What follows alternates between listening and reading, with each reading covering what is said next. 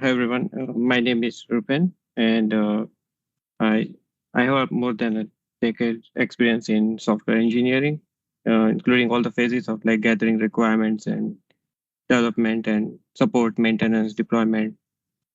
So, and I'm currently working in Acclaim Systems and live in Harrisburg, Pennsylvania. So let me switch to the slides. So today the topic is about this HangFire, and uh, like normally if you see if we work on any project, normally you'll come to a requirement where we have to perform something in the background. Now let's say there's a online system which takes order from customer. So maybe there is a site where there is a requirement where we need to process some order or we have to update the inventory or even sending emails and notification.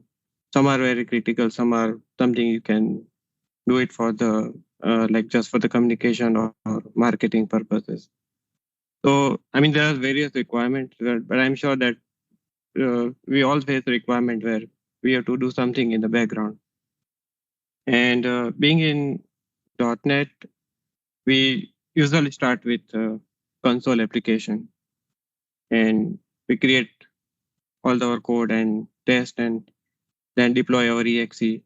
So that's to me personally, that's always something very different from what we do. Like I'm usually front end or maybe creating APIs or working in database. But when it comes to console, it always gives some kind of uncomfortness to at least to me.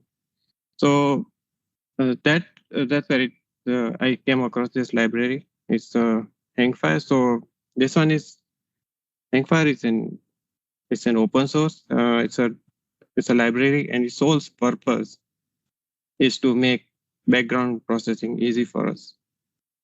And like you can read it, you can run in almost any of the .NET application, or you can also create separate application which can run the jobs in the background for you.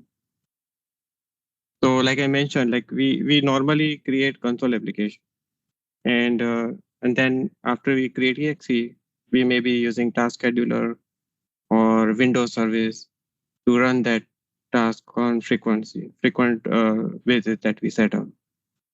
So that requires a completely different approach. But when you use HangFire, for HangFire, you just need one a long running project. So when I say long running, I mean like our API, which are always running, or maybe our web application in MVC, which always is running on IIS. So as long as it is always running, we can integrate HangFire over there, and you just do the configuration, and the execution and all the maintenance will be done by the HangFire tool. So when it comes to using it, the requirement is like you should have a framework which is higher than 4.51, and we need one storage, and persistent storage means like the HangFire will maintain that, but we have to set up. We need at least one storage. We cannot have HangFire without storage. It can be in memory as well, but some storage is required. So we do next. So the basic thing is that HangFire is that there are components in it, and the three main component is our client who initiates the job request, and then we have, like I mentioned, storage, and the purpose of the storage is to uh, accept the request from client and maintain it and update the status and its job running status and everything. And the third component is server. So server will do the actual talking to the storage, and it will also do the execution part.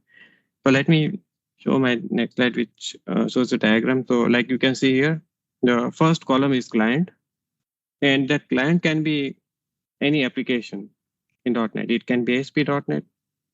It can be our non-ASP.NET like WPF or Windows Forms. We can even use console application or even Windows services. So all any of this client which is on .NET, they can call the API of this HangFire, and it can create the API will create job in your something called persistent storage. So basically, client job is just to inform just to record in persistent storage that hey, please execute this. On you can schedule, you can different types of job you can do, which we'll see in the next slide. But it can basically it can just create a job, and a client can continue working on it. It doesn't have to worry about like executing and checking that availability of resources and all this thing. So once the client register in persistent storage, HangFire server, which is always running, it actually checks your persistent storage for the job availability. If there is anything to execute, it will do the execution. It checks, I think, every 15 seconds in the persistent storage and does the execution. So, and persistent storage is like we have various options. You can use SQL Azure, SQL Server 2008 and plus. We can use Redis for in-memory, but that Redis is like available in paid version. And there are also other community-driven storages available like Mongo or Postgres. Or there are various community-driven storages that we can use. And let me go to next slide. So what kind of job we can create using HangFire? So the first one is a fire and forget job. Basically, it's kind of job which we use only once and we want to run it immediately. So let's say user tries to log in, he forgot the password and clicking on forget password link. And we need to send an email to user with the reset link. So instead of running the entire sending email part in our own code, we can have that schedule in HangFire. So it's just once and it will be immediately, but it will be separate from our main framework, main code basically. Then we have a recurring job. So these are the job which just like cron, we can specify the frequency and like daily, weekly, or monthly, and the HangFire will take care of all the running part of it, and it will also maintain the checks on the cycles and resources and everything. The third one is delayed job. So let's say we want to, for some requirement, we want to send an email after 1 week, or there is some reminder that user is setting up, and we want to run something on not at that moment, but after 1 week. This is similar to fire and forget. It runs immediately, and it's also run first time, but the only thing is it's delayed. You can schedule when you want to run. Unlike recurring, which is on some frequency, you want to keep repeating the job. And the fourth one is continuation. So the continuation approach is where we have chain of job that we want to run.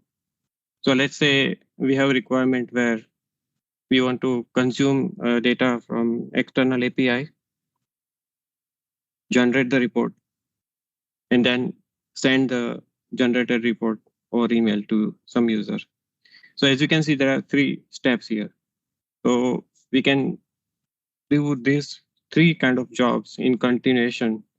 So HangFire will make sure that they always executed in sequence. Last one are like batches and batch communication. So they're basically grouping jobs in one batch and then running them as a unit. Same as batch continuation where you have multiple batches and you want to run them in sequence, but they are not available in free version. So let me quickly compare the traditional versus what we have in HangFire. So like if you go and right now and you start working on any background job, you'll start with console application.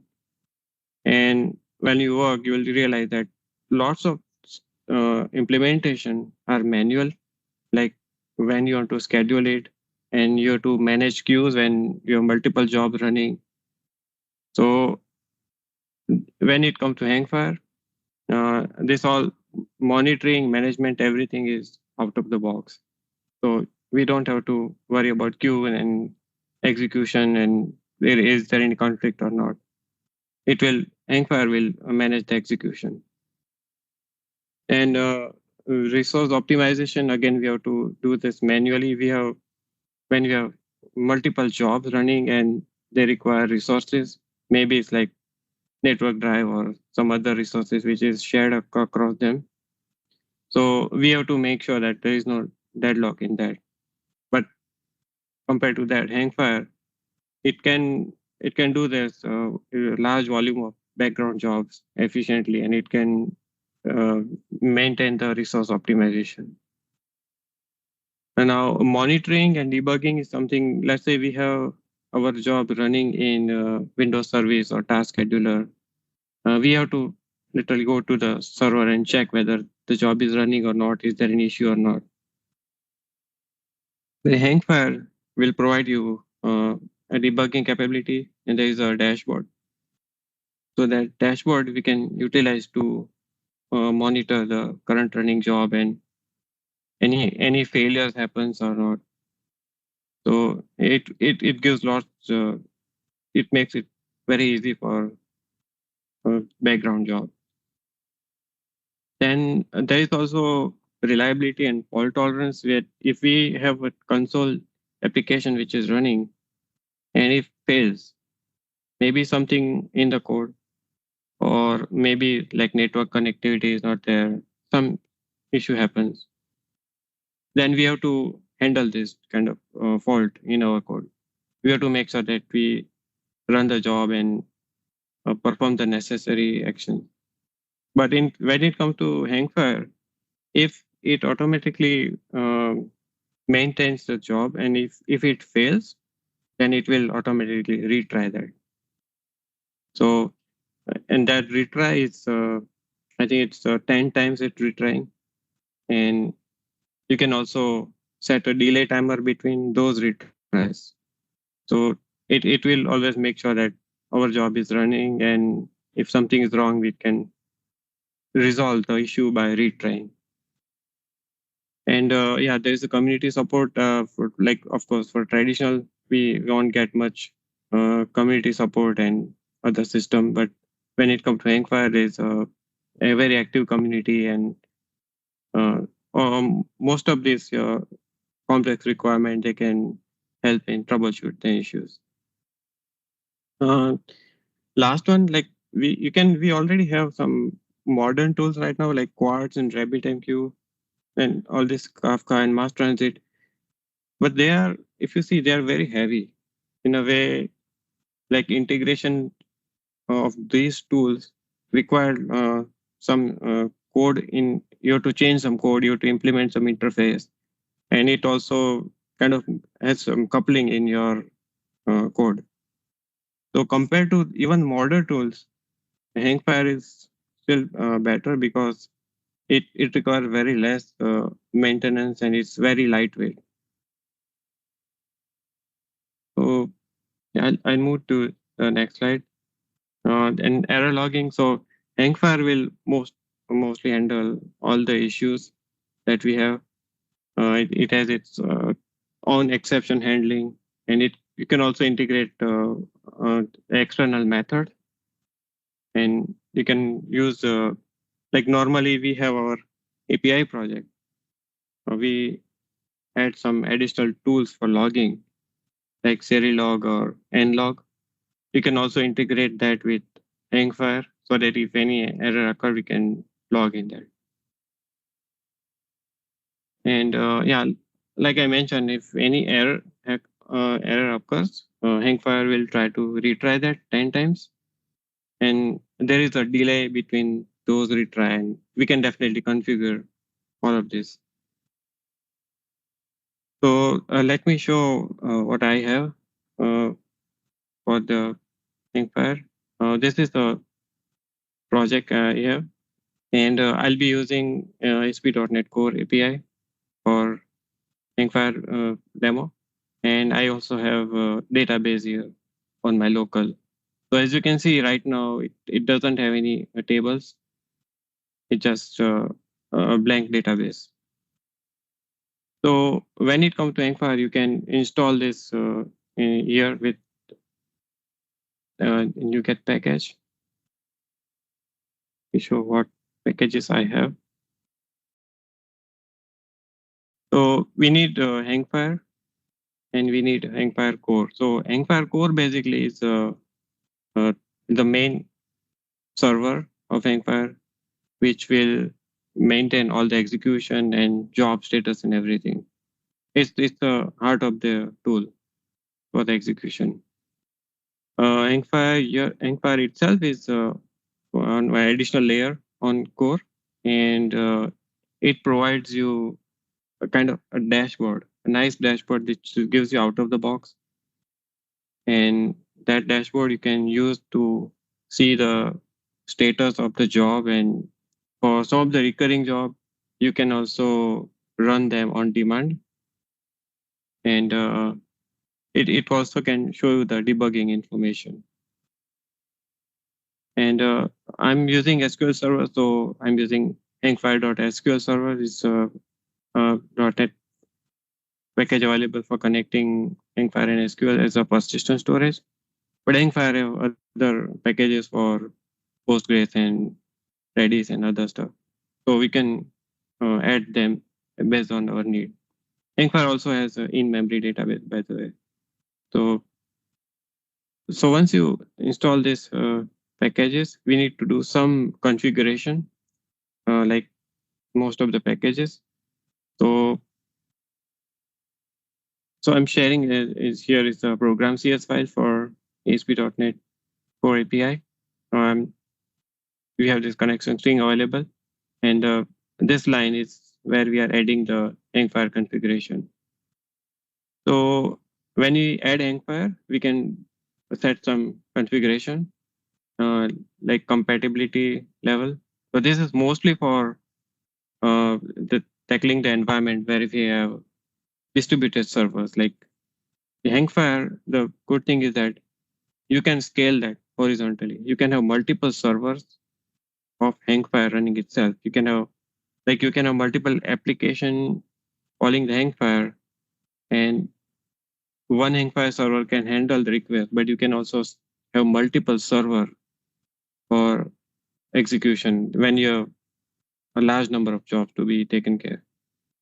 So when we do that, maybe in future and down the line, we'll be upgrading those server with HangFire. So this compatibility level ensures that upgrade that we do on sequence out of, let's say, 10 servers, maybe we are upgrading them one by one, and we should not be uh, facing any issue with the compatibility with the database server. So this compatibility will make sure that when we are upgrading, the upgrade process goes smooth. And next is use a simple assembly name serialization. So here what happens is that in both of these settings, they are used for serializing. So when we ask HangFire to schedule a function, a job, it will serialize its arguments. And when it serializes, these two settings will help to serialize that. They are pretty standard. So this recommendation is internally, it will decide which converter to use for serializing. And the last one is use SQL Server storage. This one depends on what kind of persistent storage we are using. And in that configuration, I'm providing connection string and other SQL storage option, which are mostly about timeout. Like you don't wait, there is some timeout interval we can set.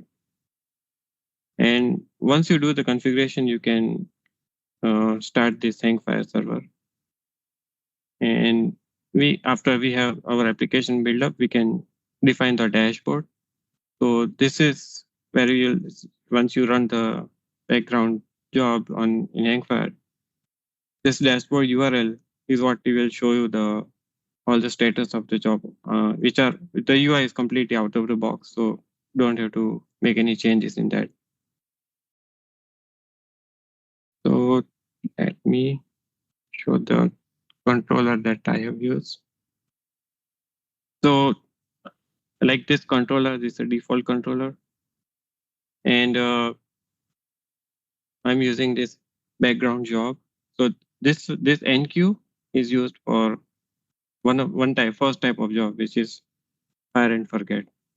So what I'm running here is just a simple function, and it will console put something in console and saying that job started. This is kind of simulation of what it is doing for around 15 seconds, and then it will log back that job is ended. And yeah, I'm calling this and passing this argument just to make sure that we have 3 different jobs running so that we can identify. And so this is like our fire and forget. Maybe you're sending email, or maybe you are putting something in a log, or working some other job task in that. Then the second one is about recurring job. So when you want to create a recurring job, you can just use the name, and I'm just putting something in console, and I'm saying that daily. So here you can, again, just like some long running function, you can write your function, and HangFire will make sure to run that part on whatever cron schedule you have provided. And the third one is delay. So when you say schedule and you give this our Lambda expression and saying that run this, and here is what delay should be like, when you should run. So like from days to 7 days, after 7 days, it should run this, my delay job. So I'm going to put this. I have one question. I know Yeah. this is the DLL, right? So you referenced the package and you invoking all the jobs from the HTTP endpoint. What happens if the site goes down? You have the recurring job to run every 15 minutes and the site gone down after 10 minutes. What will happen? Yeah, so the HangFire does require that the site always run. So if a site is down, yeah, then the HangFire will not be running. Okay. So technically, we should build a one server site that running for HangFire, and then the other apps can call the server and then send the messaging. Okay, queue this job. Okay, I see. Okay, got it. Yeah, true. So when I run it, like I mentioned, we right now do not have any tables. So HangFire will do its job, and it will create its own tables for storage and scheduling. So let me run that.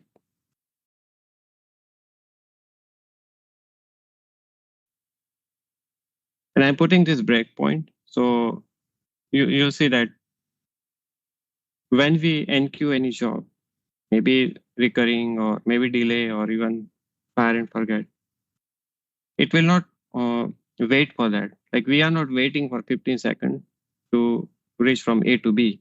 So let's say if I run it, so by this time, it has created a schedule. It has put this job in queue, and it has already started running them. So when your project is running, you can change this to dashboard. This is the URL that we give, and it will give you this a nice UI out of the box.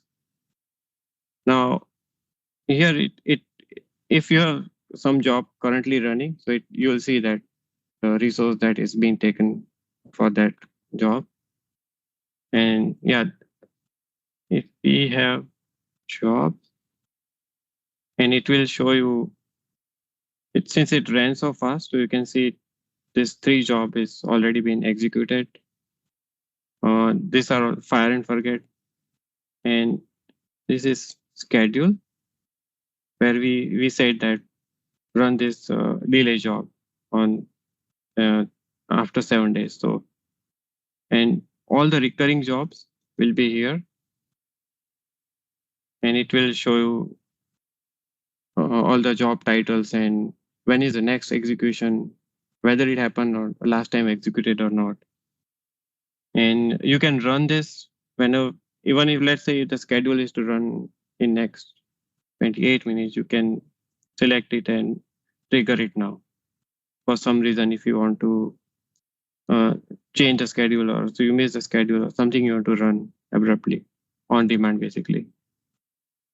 So and schedule, you will see the details here. So on job finish, it will remove automatically in a day. So this is HangFire will it's doing in on its own. All the job that it runs, it will do all the cleanup for the successfully executed job. And yeah, you can change that if you want in the configuration. It shows the argument that it received and what or how much time would it take to do execute. What was the name of the server and what is the worker process. And here you will see the server that my machine right now. And if you have multiple servers running up, and if they use the same database, then you will see them, all the servers listed here. And if something happens, let's say the job is not able to run the job, so it will do the retry, and those retries will it will show here. So yeah, so and it shows active connection 60. This is all all internal calculation that is due. So let's say if I go back to my SQL server, so you see that this all tables that came up, and these are all HangFire that creates its own, and you can also run some query to see the current job.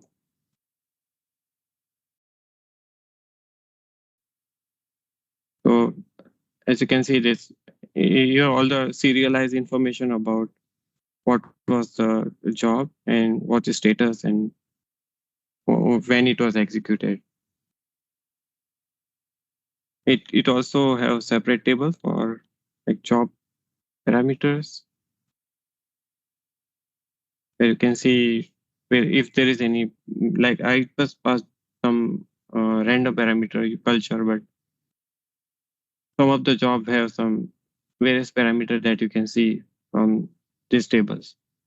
But we as a developer, we don't have to even worry about this table. This HangFire is maintaining everything. So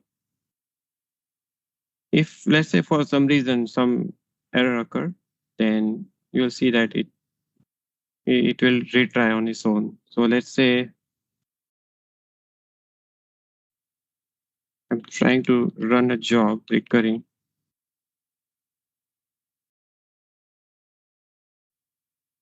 Maybe delay job.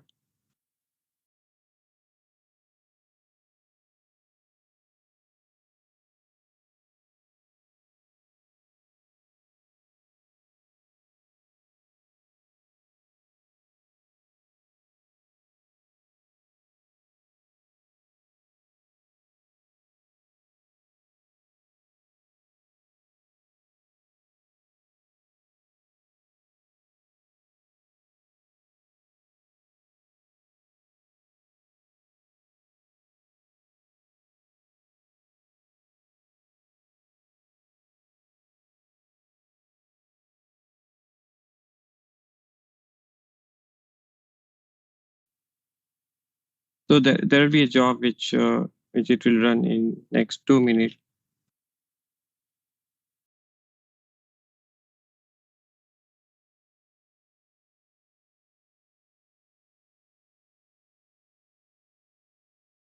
So in schedule, we should have this 2-minute job.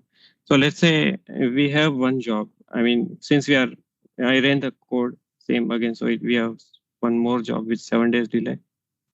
But this is what we have. And let's say if something goes wrong, let's say my SQL server has some connection issue. So if I pause it,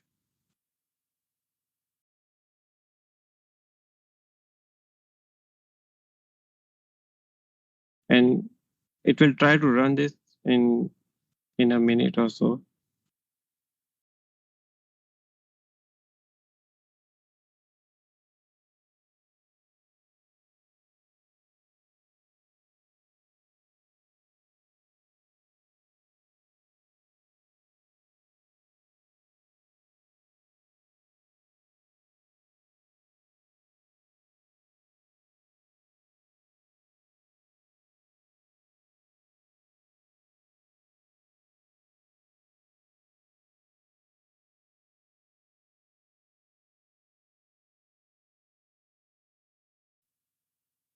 So what I'm trying to show you is that if there is an issue, it will appear in the fail job, and it will also show you the underlying exception that it was not able to connect to the database.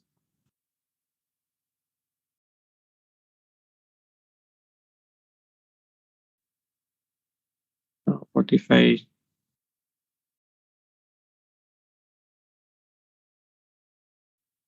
Yeah, so I think since it is writing in console, we don't need database. It didn't pause it actually.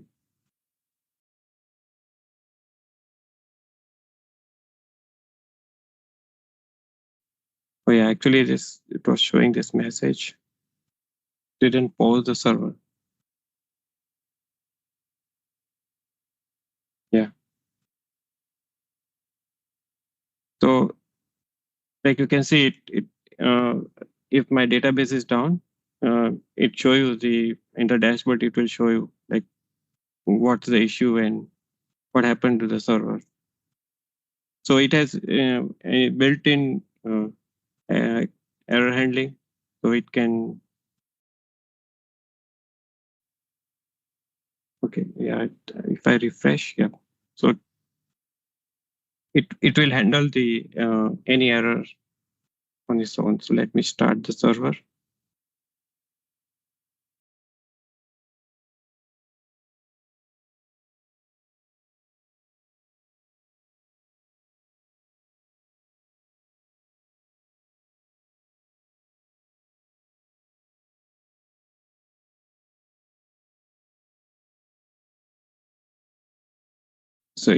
So it's now up, and you can see it's running.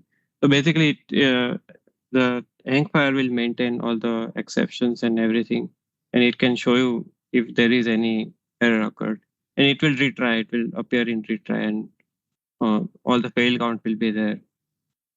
So yeah, I mean that was for the demo as such, because pretty much from HangFire, this is what we'll be using. There's nothing much to do in your code. You don't have to change your own code to use the HangFire in your day-to-day life. So let me up to the best practices. So when we use the HangFire, I think the best idea is to, instead of having long big job, we better schedule them in a smaller chunk, so that it will be easy for us to troubleshoot any issue or any debug any issue that is happening. Error handling are like the HangFire has its own way to recover from the failure. So, but I would still suggest that we have some kind of logging mechanism, like maybe Elma or nlog or serilog that we can use for logging the status of the jobs. And the timing, we have to be very careful with the schedule job with the proper timing, because if there is a job which is very resource intensive, it is best to use the schedule that after hours. And persistent storage can be different. So if we really need to store some database and some documents in our database, then compared to SQL Server, maybe some other database is a good choice. Maybe for the processing or something we already have, like we are not using SQL at all and we need some Mongo, then it's better to go with what we have, what we are available for that. Re-entrant jobs are like we have to make sure that when we write our job and we schedule, the job execution should be smart enough to be re-entrant. So when I say re-entrant, let's say we have a scenario where we are sending some marketing campaign email to our customers, and in a day we have like 100 customers that we need to notify, and HangFire is sending them email. Let's say at the 50th member, something happened in the network or database, and we have to, the job needs to be retried. So HangFire will try to retry, but at the same time, we should have to make sure that we don't send a duplicate emails to all the 50 people that already received the communication. So that logic we have to implement definitely in our job, to not to send email to the people who already been notified. So that's how our job will become re-entrant. And then the third is the like simple, last, this one is simple arguments for job. So we have, instead of sending the entity as an argument, let's say we are sending email, and to send an email, we can send like employee as a model. But instead of sending the entity itself, it's good to send integer and employee ID. And in the job, we can use that ID to get the details of the employee and notify them. So that means we have to have another job that creates like a number of jobs. Say, for example, I want to send an email to 10,000 people, right? Yeah. So now I can send a job, send an email. Here is the, some code, it's going to read the body template or whatever it is. It's going to send a 10,000 email. But what do you suggest is you put a employee ID, but now for 10,000 employee, I need to create that. In a typical world, we create a 10,000 queues. So it processes it from the 10,000 queues, or some way to slice that into, less than 10,000, maybe 1,000 queues. Every queue has 10 records. But here you said you pass the employee ID, but how would you suggest for 10,000 employees? I mean 10,000 emails. So how do you suggest that? Yeah, no. So I'm saying that when I say for simple arguments, I mean, let's say there's just one email that we need to send, then we'll send, instead of sending the entire employee object, we'll send the ID. But if like the scenario that you mentioned, you have 10,000, then the selection condition should be within the job itself. Like we can connect to EF core using entity framework or any other database, and we can run a store procedure which will bring eligible employees for execution. And then we can loop through and send email. How long the job can run? So I have 10,000 employees. I'm querying 100 at a time. Okay, I send the 100, and then I send another 100, and then I send another 100. Now I got a broken. There's an error, right? Well, how do I indicate here that I failed at fourth? So I have to send I have to manage the message, or is the way that system knows that I failed at the fourth iteration? So system will do the retry. It will know the status of the job that it failed. Okay. But to whom to send, we have to maintain in maybe some flag in our database.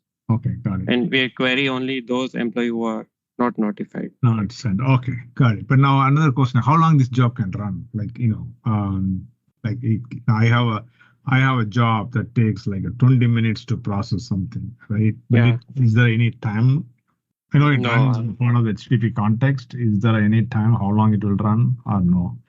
no, as such, they have not given any parameter on that. Like it can keep running as long Okay. as the resource is available. Yeah. So in this, the 10,000 email, right? So I Yeah. send the email 100 at a time. It may take about, assuming that 25 minutes, right? Yeah. So this can still run for 25 minutes. There is no Yes. problem. Okay. No issue in that. Good. Thank you. It's actually built for that, like distributed system as well. So your multiple server, it can also run on those multiple servers at and you can have it will share the same database, so it knows the status of which job to pick up for running. And Okay. yes, yeah, so that next one is like you already mentioned. I'm suggesting my personal opinion that we create separate REST API project and use HangFire over there, and from another application we can make a call, and that call will create a job for our application. So the reason is that instead of having when we have multiple projects and we use HangFire in all of them, it becomes easy to go and see the dashboard for each of them to see the troubleshooting. If you have one project, then it becomes easy to centralize all the job scheduling needs are there. And the dashboard that I showed you on the HangFire, that normally works on the local machine itself. So you have one server where we are hosting the project, then the dashboard will only be available on that server. So you would actually remote log in there and see the dashboard. That's how it is because of the security. So that's the reason it is out of the box. It gives you the security feature, but you can always override and or give some permission to some users so they can see the dashboard outside of the server. But out of the box, you will only see it on that server itself. Yeah, and I think the last one is like writing unit test for all the job that you have written and just on around that part. Yeah. So yeah, I have this thing to present. I hope I convince enough to to give it a try. And in my opinion, this makes our life very easy for background processing. And yeah, they have really nice documentation, so that will also help. And there are other resources available, which I think it will be very helpful to understand the HangFire. And yeah, give it a try. Yeah, that's it.